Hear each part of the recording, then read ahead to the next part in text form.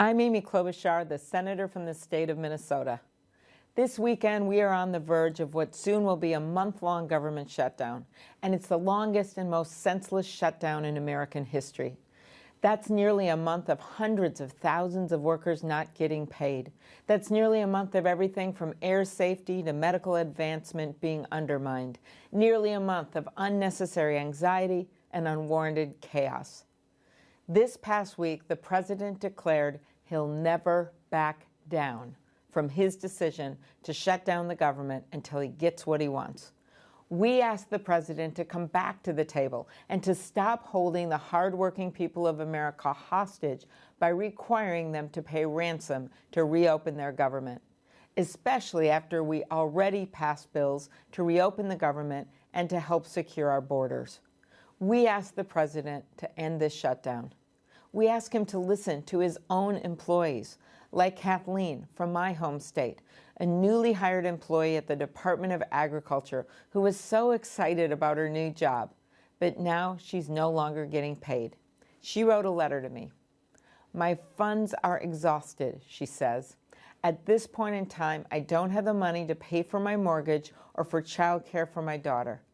She goes on to ask the question no parent should have to ask.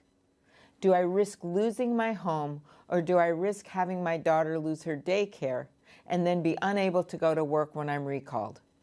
She finishes by saying, "This may be a story you have heard before, but I felt it needs to be shared until it is heard by the right ears." Kathleen, today, a whole lot of people are hearing your story.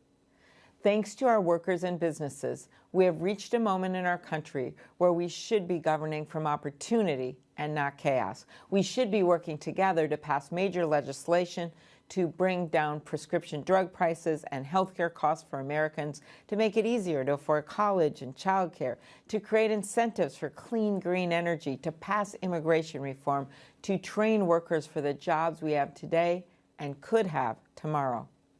But what is happening instead? The president's own economic advisor has estimated that this shutdown will cost the American economy billions of dollars every week.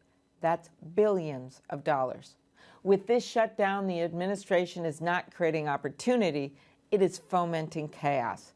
Instead of lifting the economic burden of health care and family expenses off the shoulders of our citizens, the administration has chosen to place the costs of its chaos firmly on the backs of the hardworking people of America, forcing them into lines in airports, reducing help for our farmers in rural areas, closing the gates to our parks and the doors to our small businesses.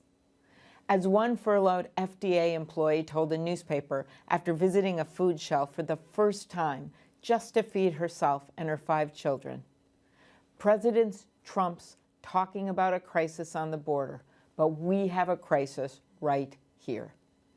I asked the president and my Republican colleagues to listen to those words, the words of an ordinary American who, like so many others, does extraordinary work for us every day.